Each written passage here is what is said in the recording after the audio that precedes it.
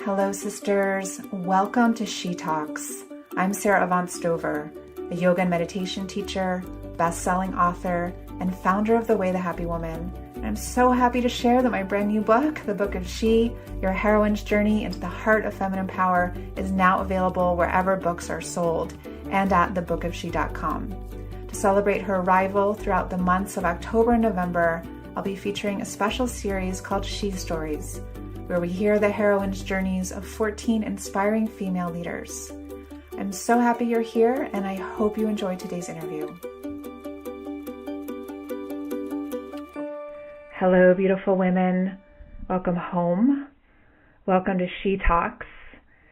And since this is our very first episode, I'm going to turn the tables a little bit and have one of my good friends interview me. So today I invited Emma Title, and Emma lives here in Boulder, Colorado, not too far from where I live here in North Boulder. And we've been friends for some years now, I think since I first moved to Boulder several years ago. And Emma is also very involved in women's work. She's a psychotherapist and a coach and a women's group facilitator. And I felt like her voice and her wisdom and perspective would be the perfect ones to interview me as a way of introducing all of you to this new podcast. So welcome, Emma. Thank you so much, Sarah. I'm so happy to be here. I'm really excited for this conversation. Me too.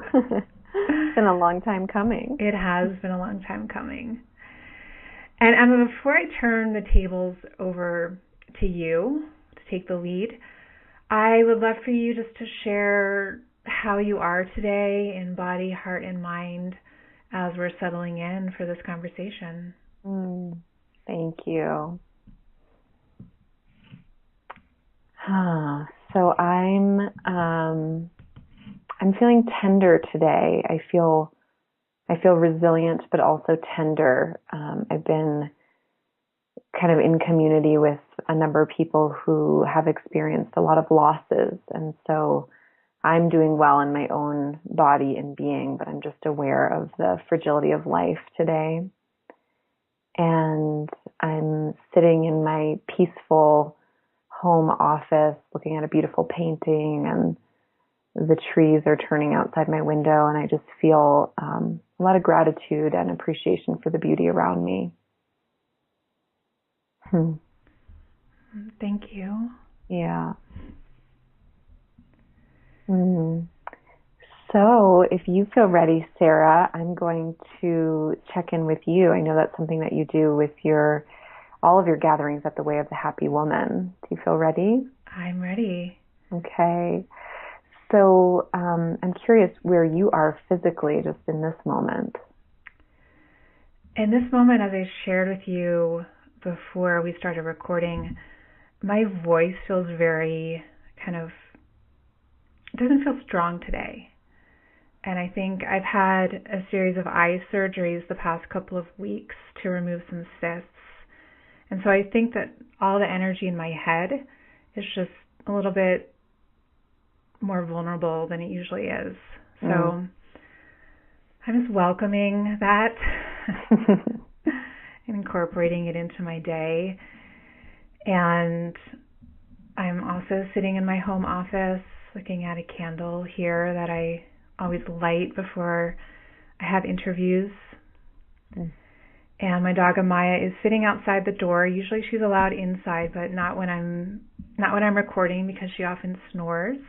So hopefully we won't hear her through the door because she can snore quite loudly. And I'm also in a tender heart space. We share the same community, so I've been aware of losses here in the community in the past week, and some things that people close to me are going through that I've been supporting them with. And also myself getting ready to birth this new book into the world. It brings up a lot of vulnerability and uncertainty as I've kind of kept the stories and the teachings close to me, and soon they'll be in a place where anyone can have any opinion about them that they want, and I'm just preparing myself for whatever comes. Thank you for sharing that. It's such a vulnerable thing that you're about to step into. I'm really aware of that. All of your writings and all of your work now moving into the public sphere very soon. And I just, even before we start going into things, I just want to thank you for taking that risk, because I know that I feel so served by having access to your work and your insights. It really is so important for the women in this world. Thank you. I really appreciate hearing that. And I appreciate your support. You've been a good friend to me throughout this whole journey, through my living of the hardest parts of it, and the writing process, which was a whole nother challenge and beautiful challenge, and now bringing it out into the world. So thank you for being a good friend. It's such an honor and such a pleasure. And the feeling's so mutual. So thank you. So I have one other sort of check-in question, but I know so much of your work is really around supporting women with how to create realistic daily rhythms and practices to support them. And I'm curious what you've done for yourself today. What ways have you cared for your body, mind, your soul? And what does a typical day usually look like for you? Well, today and for the past couple of weeks, since I've been in these surgeries, I've been prioritizing my sleep.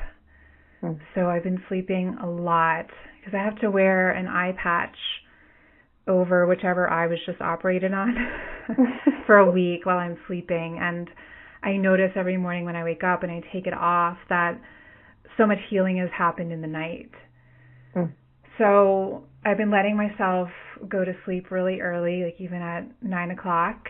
Normally I go to bed at around 10, and also to sleep as late as I need to. So I've been waking up between 8 and 9 in the morning, whereas I usually get out of bed around 6:30, 7. So this morning I got up at around 8, and my fiance Keith recently started a new job that sends him off away from the home in the early morning. So usually I have the mornings to myself and he sleeps in a little later. But I spent some time connecting with him as we were making our coffee and tea. And when he left, I went upstairs to my home office, which is also my practice space. I have an altar in here and my yoga and meditation props. And I start with a personal check-in. I call it a 4-part check-in, and I describe it in depth in both of my books. But I sit and I close my eyes and I feel how I'm doing at the level of my body and of my heart, and what's going on in my mind, what's the quality of my thoughts, what kind of patterns am I seeing? Like, is there a lot of doubt? Is there a lot of resistance? Restlessness?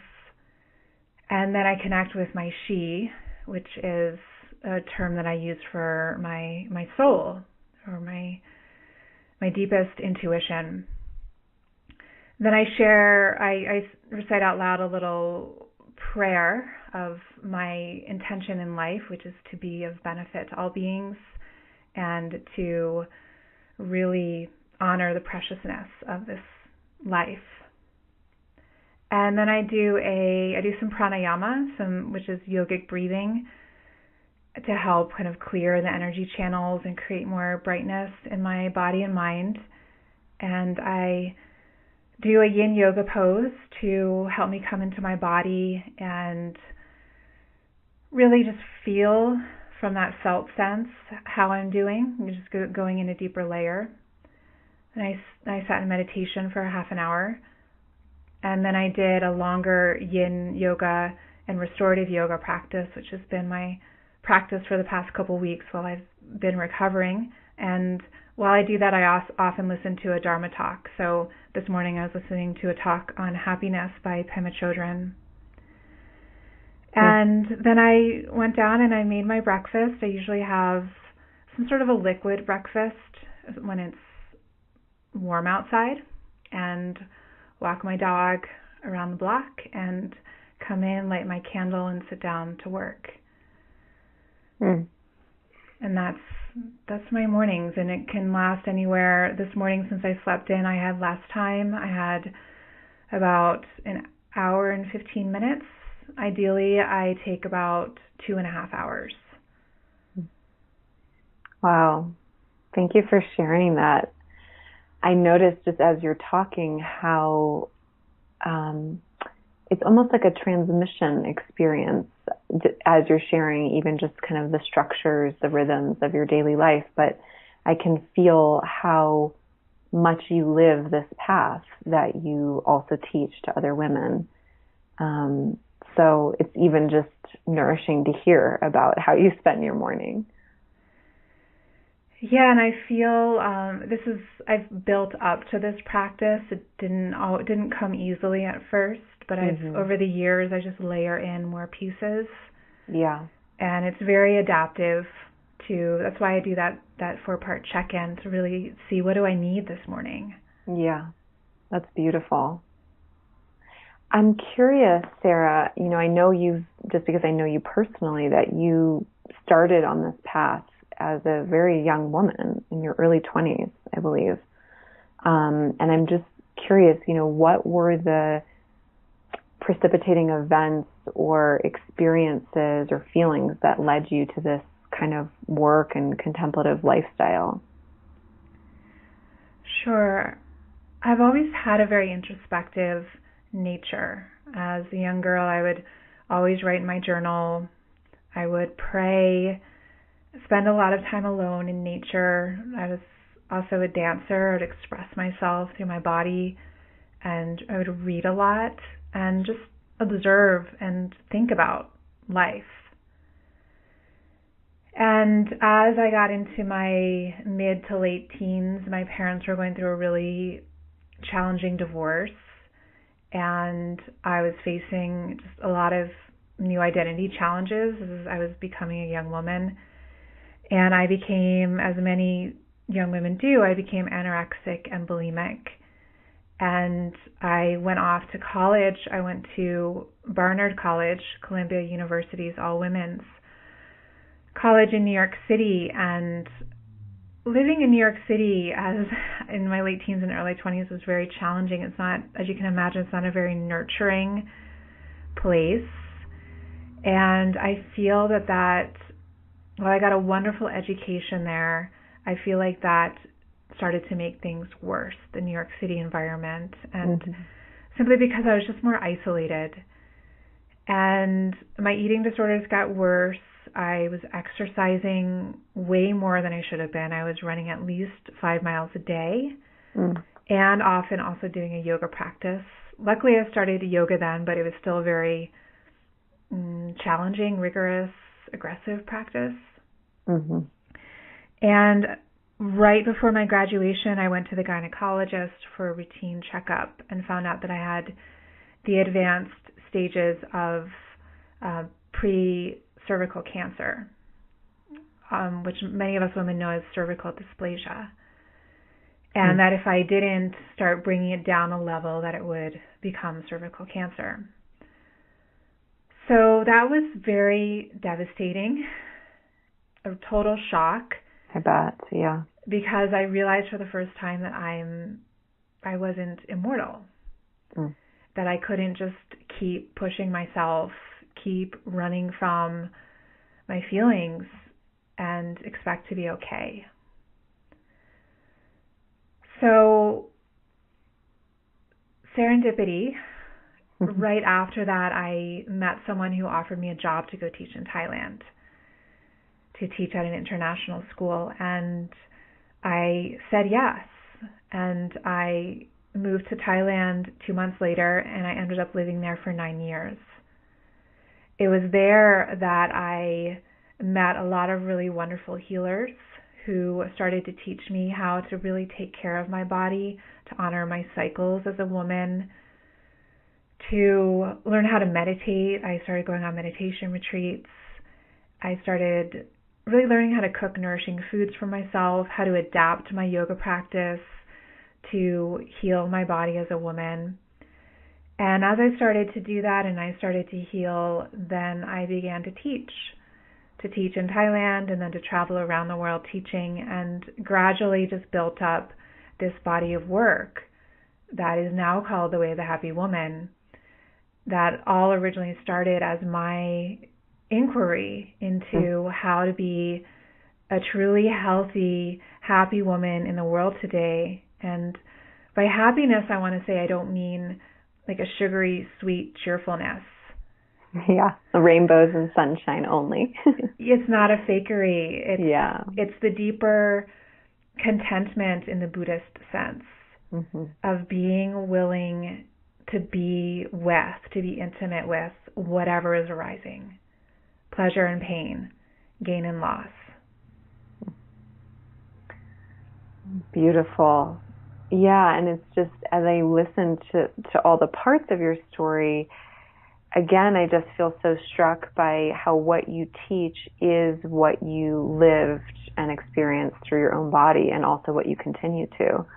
And I feel like from my standpoint, that is the most powerful kind of teacher, is someone who is really walking the path themselves and then illuminating the way for other people, not just making up some, beautiful, lofty ideals, but actually in there with your sleeves rolled up in the trenches and living it, breathing it. Yes, my primary passion, as much as I love to teach, it's when I most come alive. My primary passion is studentship.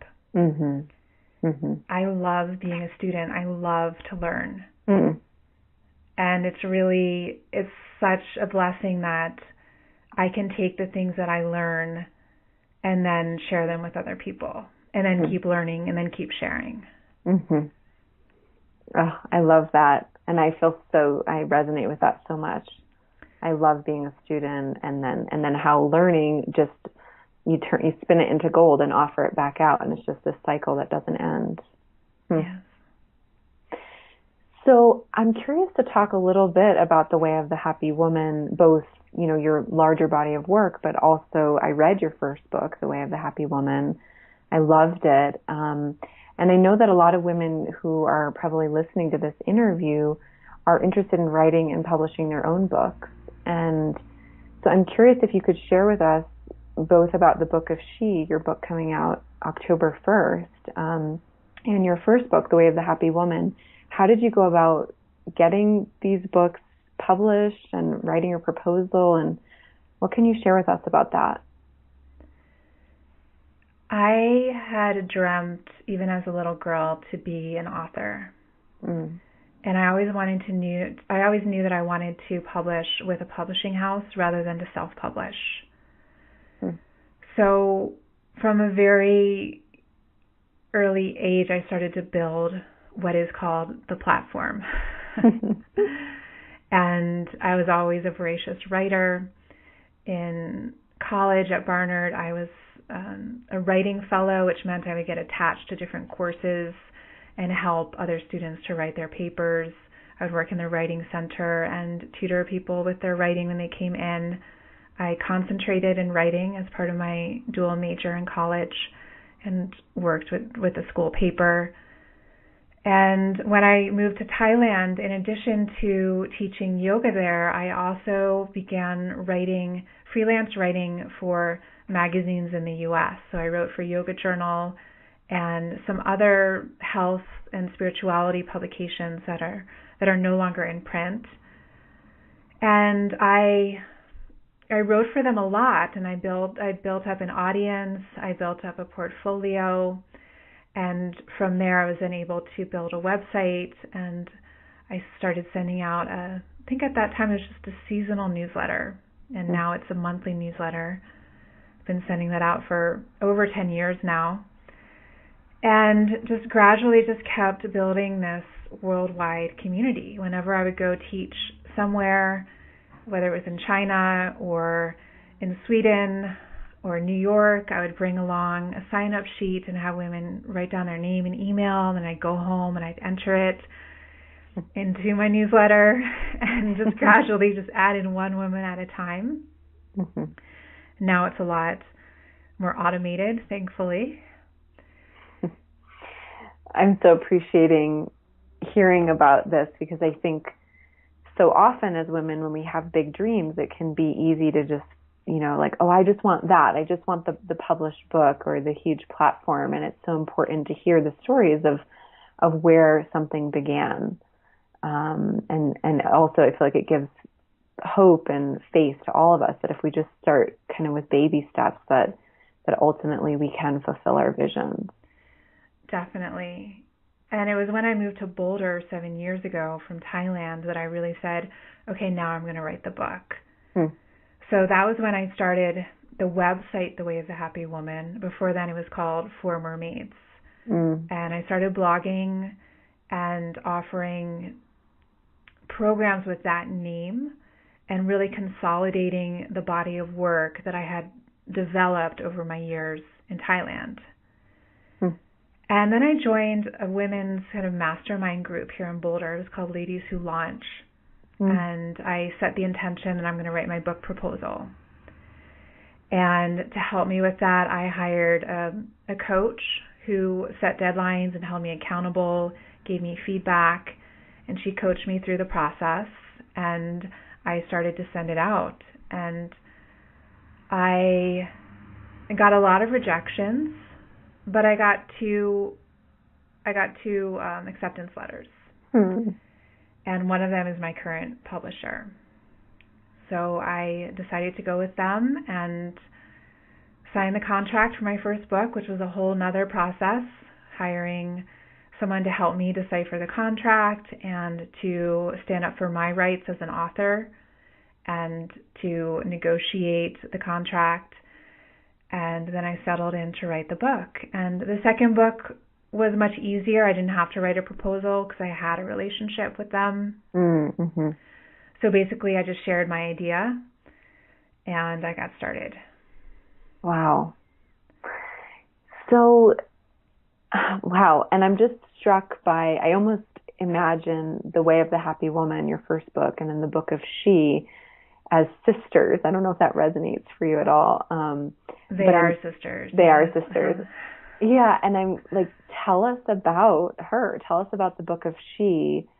And I know that allowing her to come to you and to be written through you was such a big deal over the past many years. And I'm just curious what you'd like to share about that process. Sure. The book of She started when I was writing The Way of the Happy Woman. So I think that by the time I was writing The Way of the Happy Woman, I was really kind of finished with that body of work. I had absorbed it, and then I was at more of the mastery level to teach it. So then I was back in that student place. And the content of the book of She was what I started to really learn. And a lot of it was the reemergence of childhood wounds, of unhealed trauma, along with profound connections with the sacred feminine. And this interplay, the interpenetration of extreme pain, old pain, maybe even not mine, but from my ancestry, and then these really euphoric intimate connections with the divine feminine. In my case, it was with Mary Magdalene, whom I had never had a relationship with before.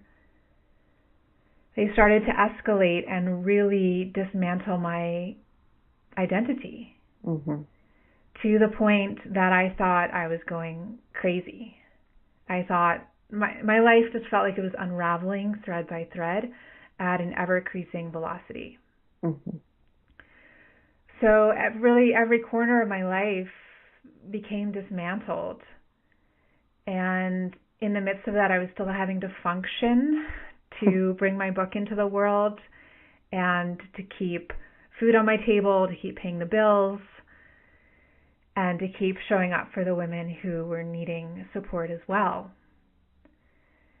And thanks to a lot of support from my teachers, from great therapists and healers, I was able to put all the pieces together that are now in the book, just healing those old, younger parts of myself and opening up a communication with the divine feminine to really understand what the next level of my growth was.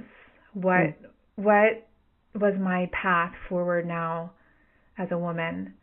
And this was my heroine's journey, which will go on for my entire life, but it was very intensified over the past 5 years. And this is what the Book of She lays out, all of our heroine's journeys. When things start to come undone, when failure strikes, when death strikes, when life doesn't look familiar anymore, when we don't recognize ourselves and we don't know the way out, that's when the journey begins. And this book guides us as women through each stage. Because the hardest part for me, I remember so many nights, I had really bad insomnia during that time. And during so many nights, I would just be in so much emotional pain inside. And I remember one night I was sitting outside in my house and I looked up at the moon and I just felt, okay, as long as my suffering can be useful for other women, may I make this suffering useful. So this book is the roadmap that I didn't have, but that I want every woman to have. Yes. Wow. I'm so struck by that image of you with the moon and your devotion, your commitment to turning your poison into medicine for others and for yourself. It's really inspiring, Sara. Thank you. Can you tell us, I know, we don't have time to go into incredible detail around the heroine's journey, but can you tell us a little bit more about what are some of the stages and cycles that you're mapping out? The heroine's journey begins, like I said, with a fallout. It can be a midlife crisis. It can be an illness. It can be an addiction, a bankruptcy. It comes to each of us in different ways. The ending of a long relationship. And it starts with that breakdown and the call for us to leave our quote-unquote normal life. So usually up until that time, we've been a good girl, quote-unquote good girl, and like I was at Barnard College getting good grades or just really trying to get others to love us, seeking approval from the outside, and living according to the culturally accepted notions of success. And with our breakdown, we realize what the world says is successful doesn't feel successful because I feel depleted physically. I feel disconnected from my heart. I feel estranged from my womanhood. I feel unfulfilled. I want more from life. And from there, we go down. We go into a descent. We really go into the underworld to heal those places that we couldn't heal as younger women. Many of us have lots of younger selves living within us. We have a 3-year-old, an 8-year-old. Currently, I'm working with my 18-year-old self. She has a lot of wounding. And we go back and we mother them. And we help them grow up. And we give them what they could never get from their family, school community environments, just because the people around them didn't know how to offer that. And who knows how long we stay there in the underworld. But there's a lot of richness in there. Mm-hmm. And it comes to a point, an initiation point, where in Alcoholics Anonymous they call it rock bottom. Where we all have to reach that rock bottom where we feel like we're backed into a corner and there's no out. We can't get out the ways that we usually do. The only way to get out is to fully surrender and to open to something greater than us. And that is when the divine herself really reveals herself and shows us the way out by returning us to our hearts. And from there, then we come back to the ascent and we move into the world. And from there, there's more challenges. It's stepping into our greatness and actually being happy and sharing our gifts. And for many of us, that can be even more challenging than the descent.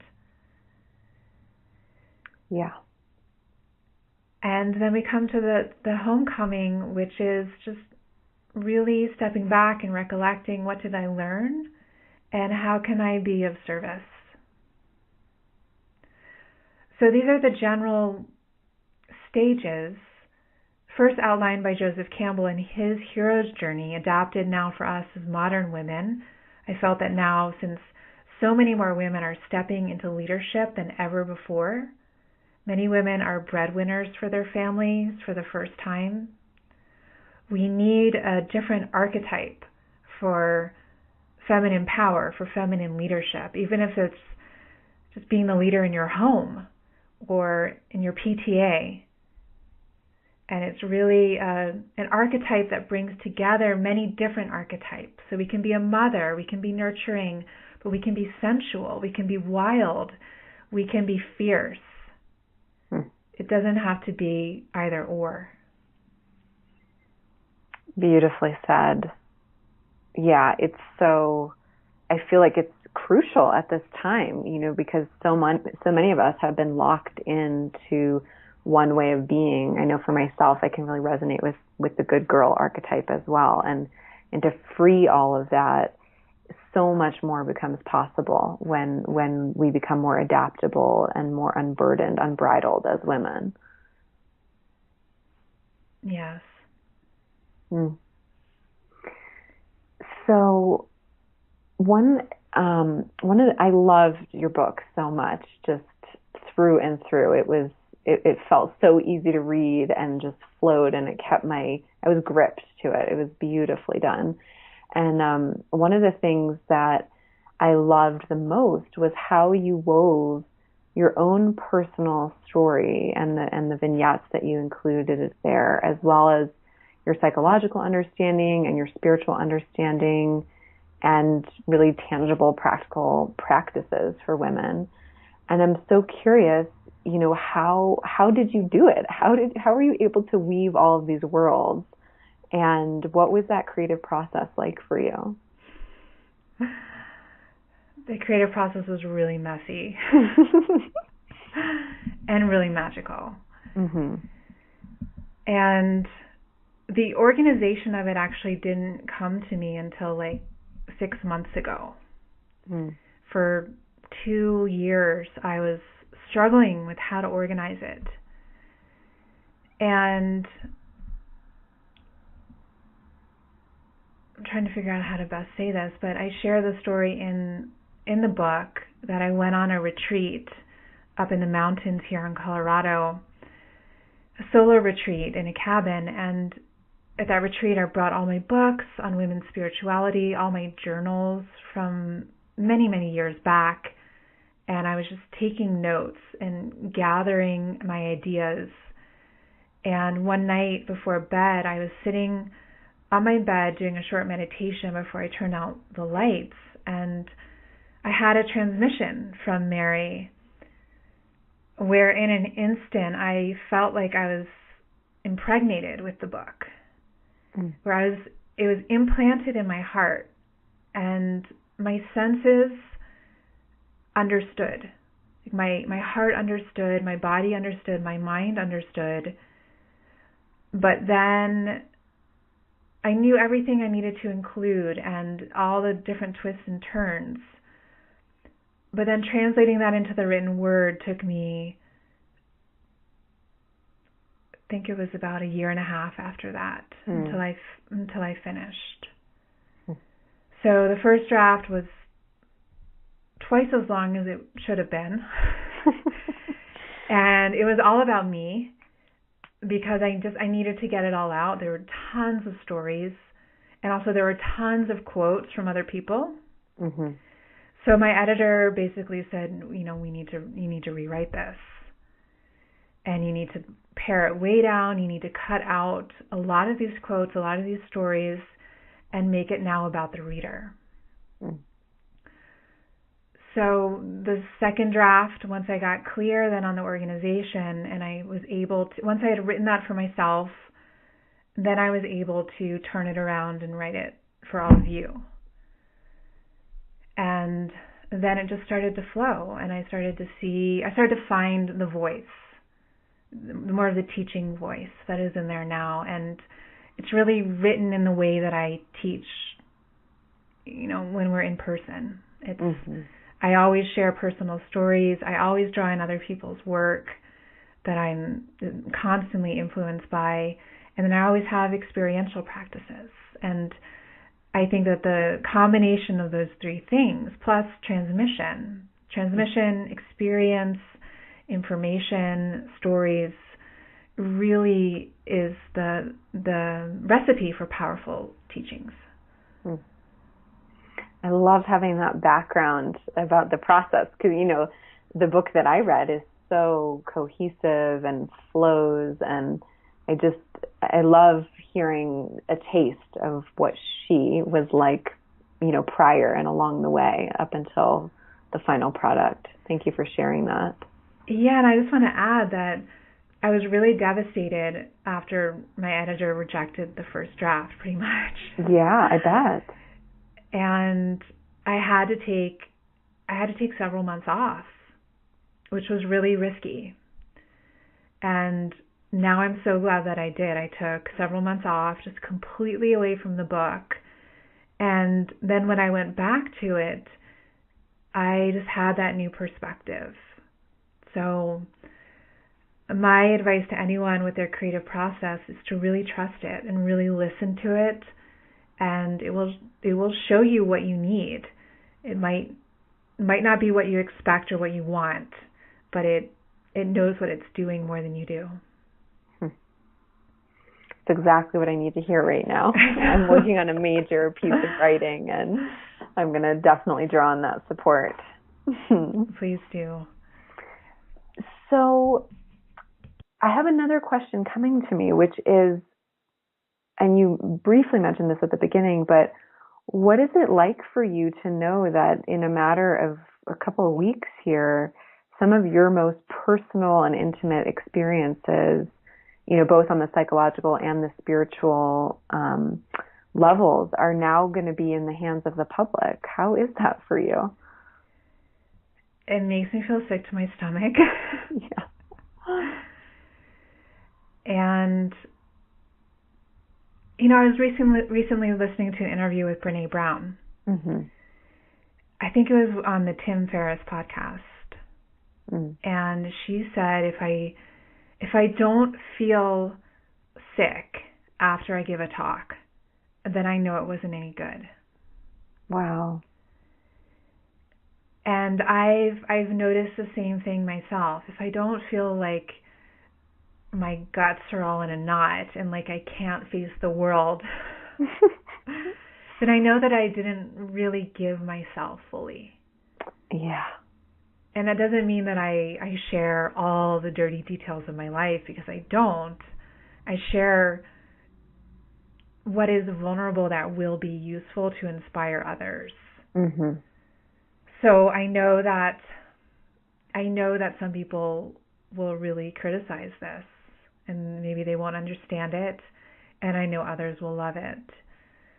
So I'm just settling in for the ride, and I surrendered this over to the Divine Mother.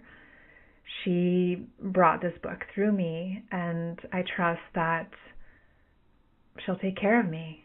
Mm-hmm. Beautiful. Well, I salute you and I commend you for your courage, and I have the same total faith that you can withstand the waves of whatever comes. So thank you.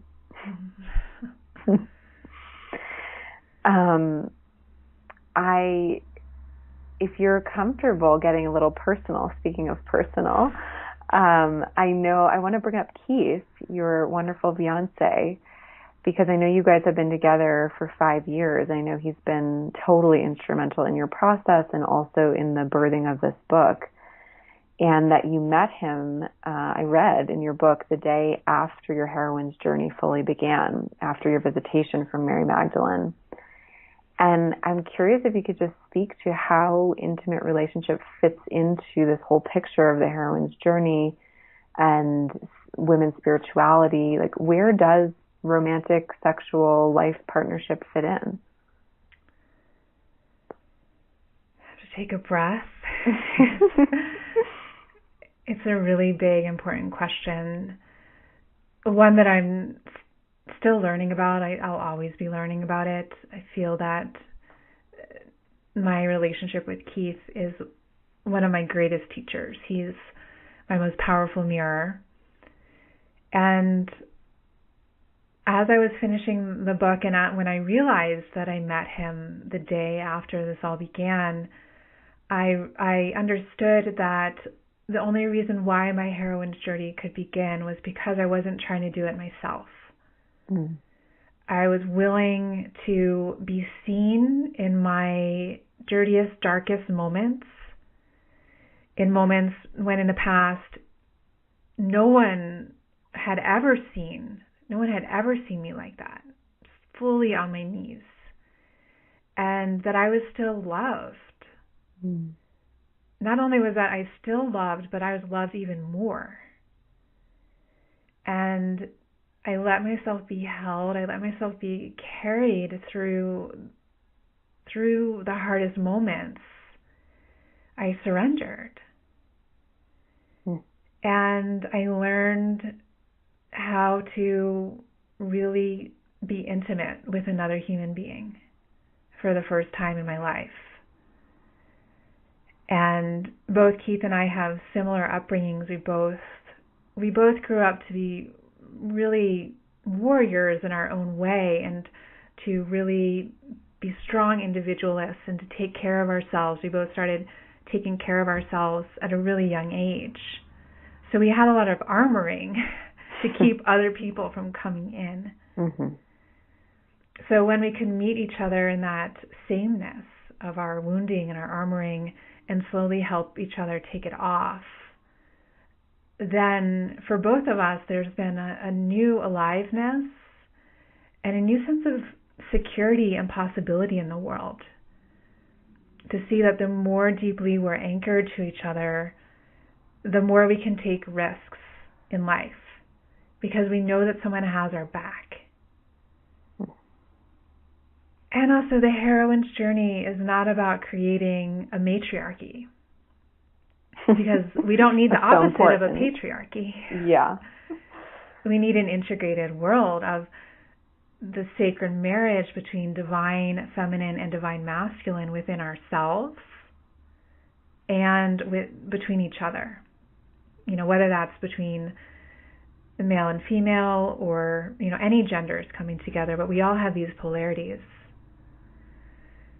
So he's been a huge part of my journey, and also he's an author, so he understands the birthing process of a book and could support me as I needed to become very myopic, especially last winter, where I just had to write day in and day out for months to complete the book, and just to know, okay, my life is very out of balance right now.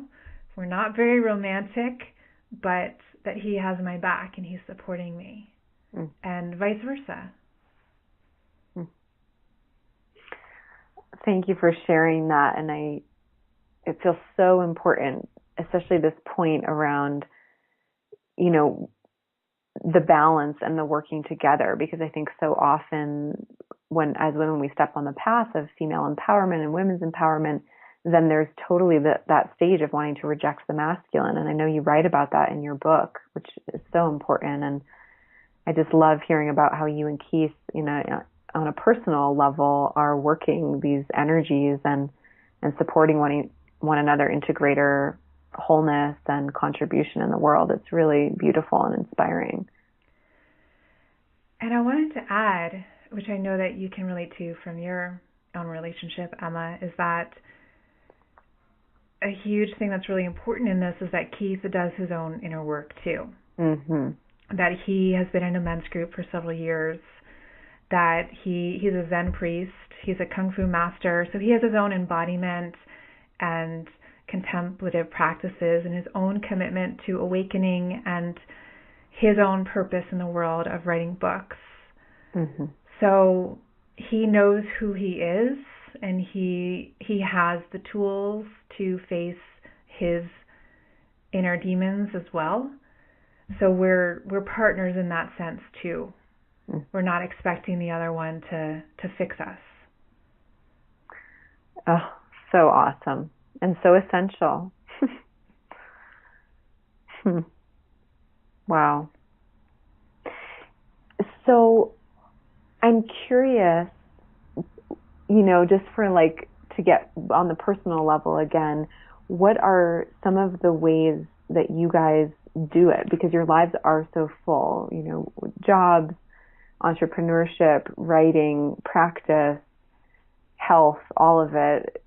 Do you have any tips or just fun ways that you and Keith structure your lives in order to do this work together? Yes, and sometimes we do it well and sometimes we fail miserably. We're always learning. Yeah.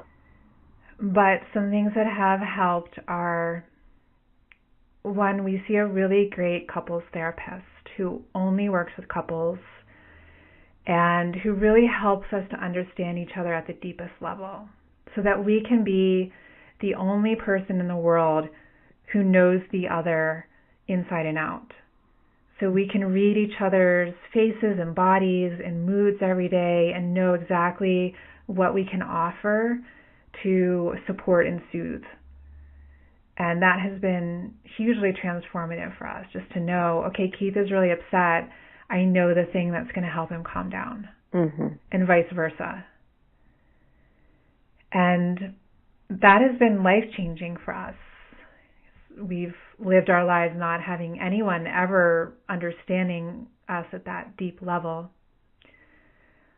Also, practicing together. While we have different practices, I'm very much a yogini. He's very much the Kung Fu guy. He's very much the Zen guy. And while I have a strong Buddhist practice, I'm not fully on the Zen path, but we meditate together at times. And we've gone on retreat together, also going on vacations together and leaving work behind and having more play, romantic time. Mm-hmm. And we eat dinner together pretty much every night. We take turns making dinner, and we sit down and we talk about our days. That's great. So it's the simple things. He tucks me in every night because he's a night owl and I go to sleep early.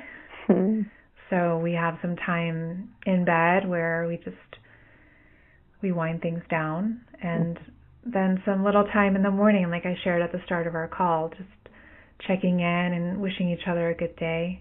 And also Beautiful. having time for great sex.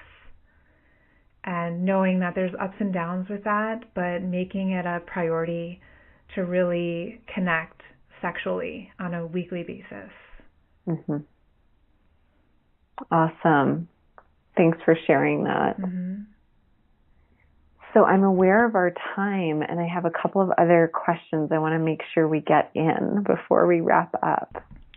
So I'm going to switch gears a little bit, even though I could stay on relationships forever, as you know. That's the therapist in me.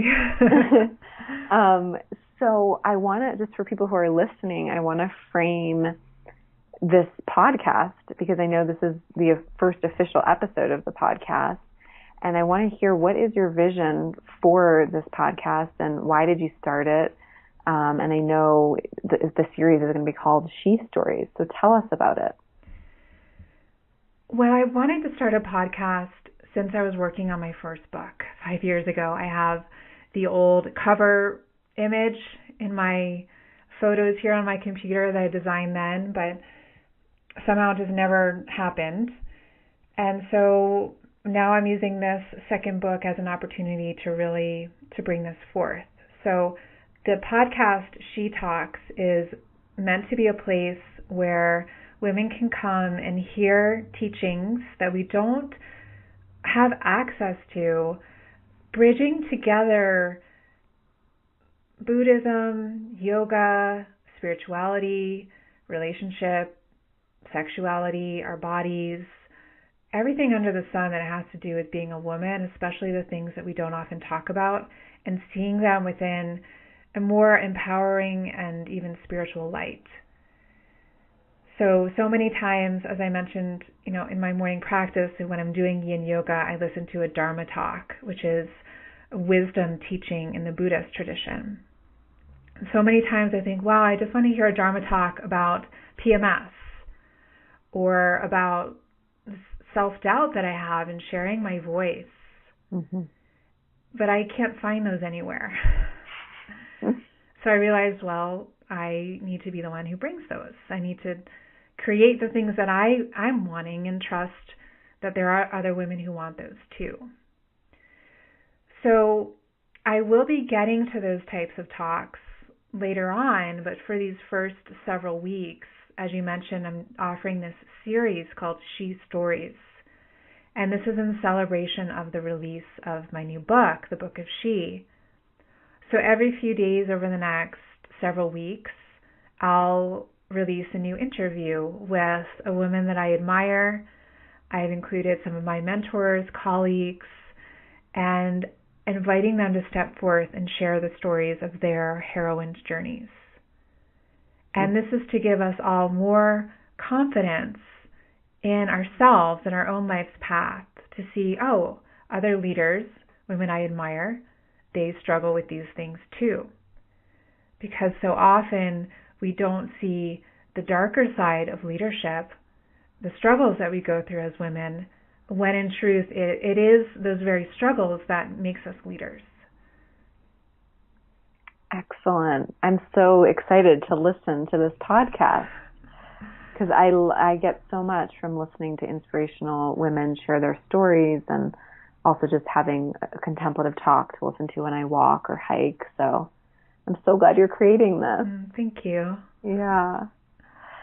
And I know that 2015, this year has been really challenging for you on many levels.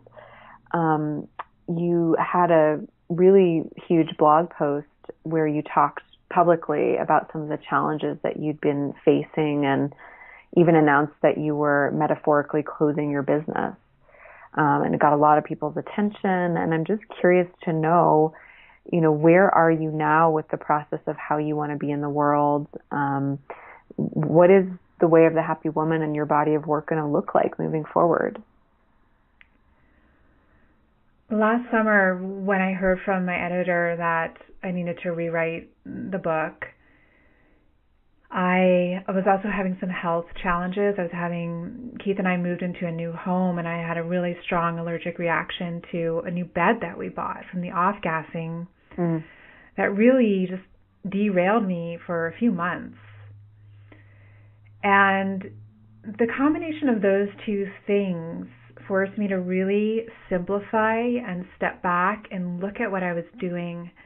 And throughout the past few years since my first book came out, there's been an underlying discontent with kind of the water that I've been swimming in of being an entrepreneur, of internet marketing and of quote unquote putting myself out there and feeling that there's a lot of pushiness, there's a ton of narcissism and greed, and that I was involved in that to a certain degree. So I decided to metaphorically close my business so I could step back and heal and write my book and reassess. So since then, I've moved through a lot of different layers, but where I am now is that several months ago, I was trying to just completely carve a different path and just not do the internet marketing thing at all, just work with women in person. And as I got into that, I started to feel the wake, the momentum of my life, rather not the wake, the current of my life pulling me back here, pulling me back onto the internet. And over the summer, I read a book called The Surrender Experiment that our friend Tracy recommended to me.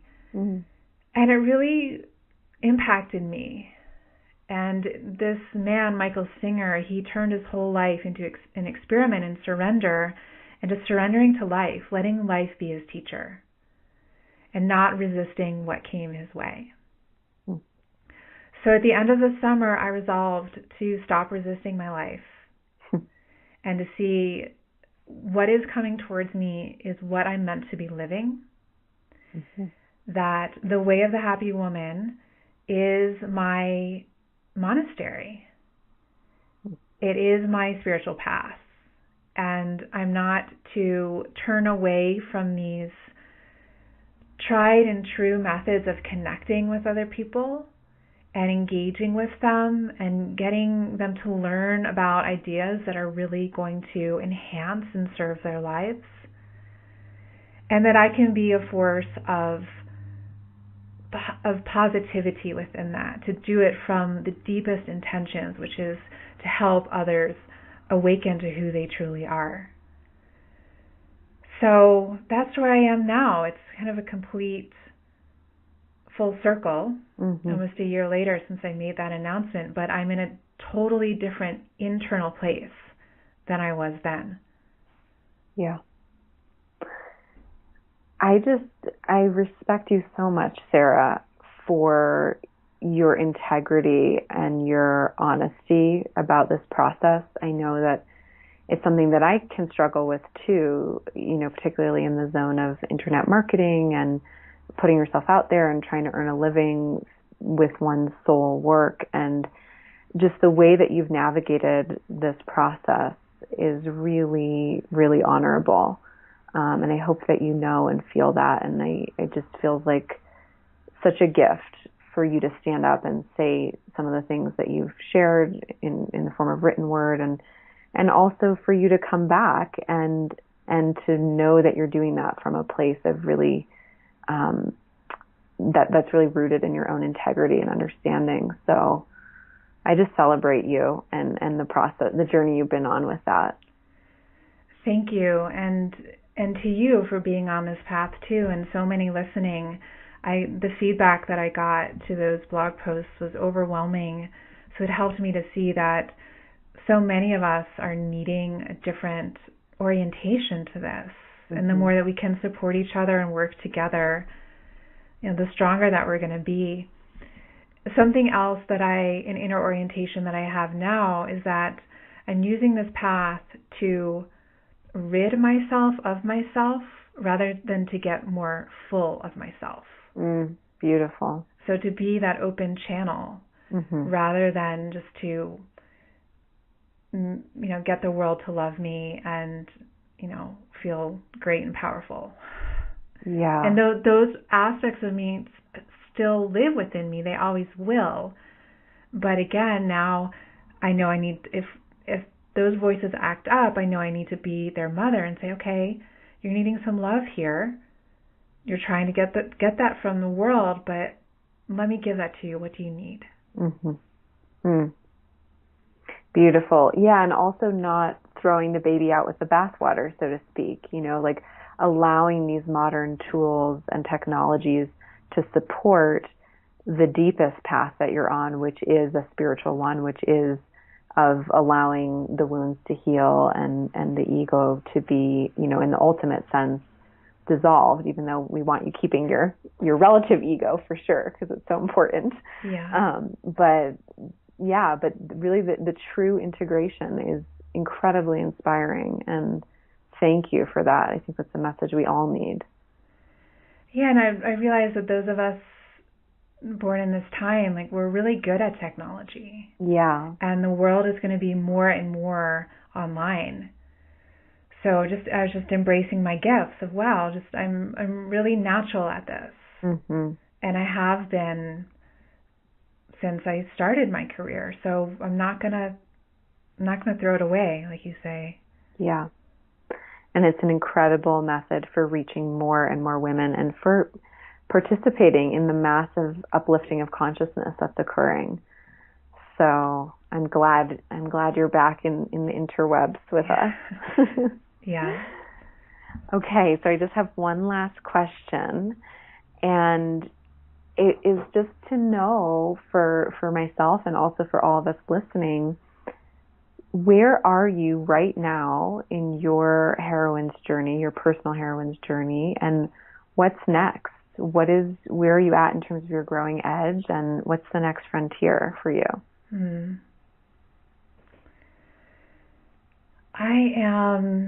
I'm still in the phase of deep healing. I've been really focusing on healing my body for the past 2 years, like really intensively. And so my health is really a number one priority, just to have a really strong, vibrant constitution. Since I was a little girl, I've always had a very volatile constitution, very sensitive. So I've really been working to become more robust energetically. Mm-hmm. And I'm still in that process of needing to be really careful with how I live. And so that's an edge for me always right now. And another thing is that Keith and I were scheduled to get married this December. And this past spring, as I started to realize how much this book birth was going to entail, and some other career transitions that he was going through, we realized together that we needed to postpone our wedding so we didn't completely go nuts and overextend. So I'm in that place of, one, sort of grieving that the wedding isn't happening. I did a lot of grieving in the spring, but now that the date is approaching, some stuff is coming up around it, and feeling anticipation to be in the phase of life where we can start to plan it again, because we're not even looking at it until after my book festivities are over. And just the frontier of uncertainty of, I'm not sure what's around the corner after this book comes out. Part of me is a little scared. Oh no, like, what's the next? I know that new lessons are going to come to me for the next body of work, and I just pray that I have some time for my ascent, for some real celebration, and being out in the world, connecting, sharing. I've had to go so far in for this that I'm really, really ready to come out and to connect and to play and to shine my light. And that's scary for me too. I write in the book that I really identify with Emily Dickinson. Like, it's easy for me to be connecting with my suffering. It's not as easy for me to really express my joy. So I'm looking forward to playing that edge in the months and possibly years to come. Yeah.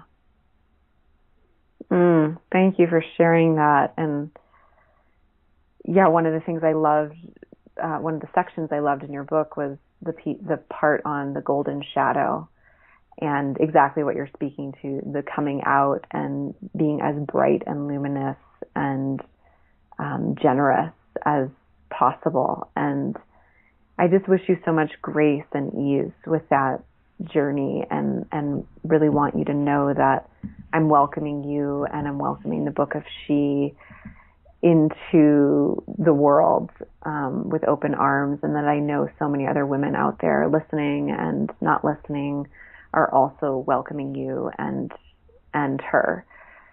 So make your way and don't hold yourself back. Thank you so much, Emma. Yeah. And thank you so much for this time and this conversation. It's such an honor to be able to connect with you in this way and just to receive your story. It's so rich. It's so bountiful, and it's such a gift. So thank you. Thank you, love. Yeah, thank you. And I can't wait to have your baby in the flesh. The cover is beautiful. She is quite lovely. Yes, as are you. Okay, have a beautiful rest of your afternoon. You too. If you're ready to go deeper into your heroine's journey, I invite you to explore my new book, The Book of She. You can visit thebookofshe.com to register your receipt for this order before October 30th. And when you do, you'll receive an invitation to join me and our community in a free online women's yoga and meditation class, as well as a live Q&A. Until next time, I'm sending you my heartfelt